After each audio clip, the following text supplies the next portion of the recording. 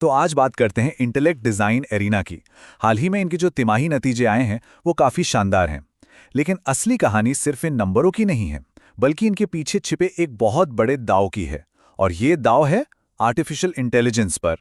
चलिए शुरुआत करते हैं कंपनी के चेयरमैन के इस बयान से। ये अपने आप में एक बहुत बड़ा दावा है ना? पैलंटियर जैसी दिग्गज कंपनी से बराबरी करना, ये एक बहुत ऊंची महत्वाकांक्षा दिखाता है। तो सवाल यह है कि इस आत्मविश्वास के पीछे आखिर है क्या? और ये पूरी महत्वाकांक्षा, ये पूरा आत्मविश्वास एक नए और बेहद शक्तिशाली एआई प्लेटफॉर्म के इर्द गिर्द घूमता है। इसका नाम है पर्पल फैब्रिक। यही है इंटेलेक्ट की पूरी एआई स्ट्रैटेजी का सेंटर पॉइंट। और कंपनी का दावा है कि ये बैंकिंग और फाइनेंस के लिए बना दुनिया का पहला open business impact AI platform है। ठीक है, नाम तो बड़ा फैंसी है, पर सवाल ये उठता है कि ये प्लेटफॉर्म असल में काम क्या करता है। ये किसी नॉर्मल एआई टूल से अलग कैसे है? आइए इसको बिल्कुल आसान भाषा में समझते हैं। देखिए, पर्पल फैब्रिक के 4 मेन काम हैं।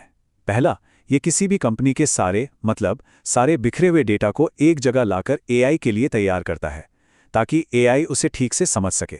दूसरा काम, ये छोटे छोटे स्मार्ट एआई एजेंट्स बनाता है जो रोज के काम को ऑटोमेट करते हैं, जिससे एम्प्लॉयज़ की मदद होती है। तीसरा, और ये बहुत ज़रूरी है, ये कंपनियों को आज़ादी देता है कि वो अपना पसंदीदा एआई मॉडल यानी एलएलएम चुन सकें। इससे वो किसी एक कंपनी की टेक्नोलॉजी में बंद कर नहीं रह जाते। और चौथा, ये पक्का करता है कि ये सब कुछ सेफ हो, सिक्योर हो और बिल्कुल सटीक तरीके से काम करे। तो एआई पर इतना बड़ा दांव लगाने की हिम्मत और पैसा, ये सब आ कहां से रहा है? इसके लिए हमें कंपनी के कोर बिजनेस को समझना होगा, जो इस पूरी महत्वाकांक्षा को असल में ताकत दे रहा है। कंपनी का जो मुख्य प्रोडक्ट है वो है emark.ai। आप इसे एक तरह का मॉडर्न टेक्नोलॉजी प्लेटफॉर्म समझ सकते हैं, जो दुनिया भर के बैंकों और फाइनेंशियल इंस्टीट्यूशंस के लिए टेक्नोलॉजी को बहुत आसान और असरदार बना देता है।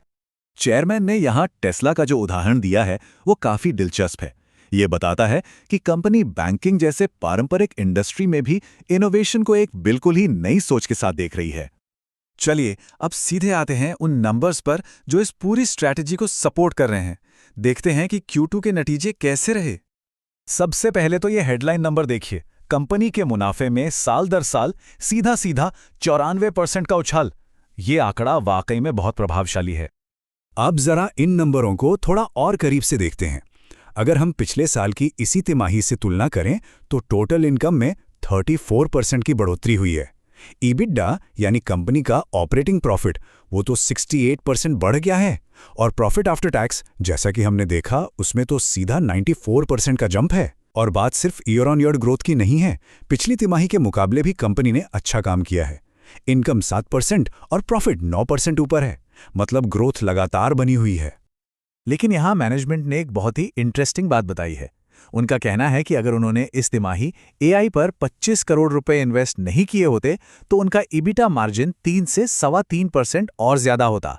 तो ये जो मार्जिन दिख रहा है वो एक सोचे समझे निवेश के बाद का है। ये भविष्य के लिए एक स्ट्रैटेजिक मूव है। तो ये तो हुई पिछले प्रदर्शन की बात। अब जरा उन चीजों पर नजर डालते हैं जो कंपनी के भविष्य की ग्रोथ की तरफ इशारा कर रही हैं। भविष्य में ग्रोथ कैसी रहेगी, इसका सबसे बड़ा इंडिकेटर होती है कंपनी की सेल्स पाइपलाइन। और फिलहाल इंटेलेक्ट के पास लगभग 12,000 करोड़ रुपए की डील्स पाइपलाइन में हैं।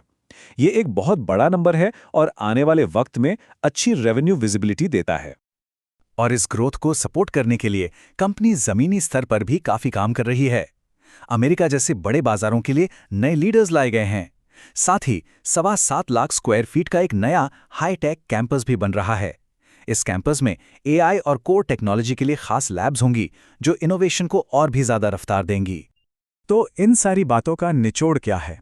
एक इन्वेस्टर के नजरिए से इसे कैसे देखा जाए? चलिए इसे समेटते हैं। तो देखिए, इस पूरी कहानी के 2 पहलू हैं। एक तरफ बुल केस ये है कि एआई पर ये जो बड़ा दांव लगाया गया है, ये कंपनी को आने वाले समय में मार्केट लीडर बना सकता है, खासकर तब जब उनका कोर बिजनेस पहले से ही बहुत मजबूत है और लगातार बढ़ रहा है। वहीं दूसरी तरफ बेयर केस ये है कि एआई का मार्केट बहुत वोलेटाइल है। इसमें बड़ी बड़ी ग्लोबल कंपनियों से टक्कर लेने के लिए लगातार बहुत ज्यादा पैसा लगाना पड़ेगा, जो शॉर्ट टर्म में कंपनी के मार्जिन्स पर दबाव डाल सकता है। तो सबसे बड़ा सवाल यही है, क्या इंटेलेक्ट एंटरप्राइज एआई की दुनिया में अगला बड़ा नाम बनने की क्षमता रखता है, या फिर ये एक ऐसे भविष्य पर दांव लगा रहा है जो थोड़ा अनिश्चित है? इसका जवाब तो खैर वक्त ही देगा। अगर आपको इस तरह की कंपनियों की स्ट्रैटेजी और उनके नंबर्स के पीछे की कहानियों को गहराई से समझना अच्छा लगता है, तो हमारे चैनल को सब्सक्राइब करना न भूलें। हम ऐसी ही और भी दिलचस्प कहानियां लाते रहेंगे। देखने के लिए बहुत बहुत शुक्रिया।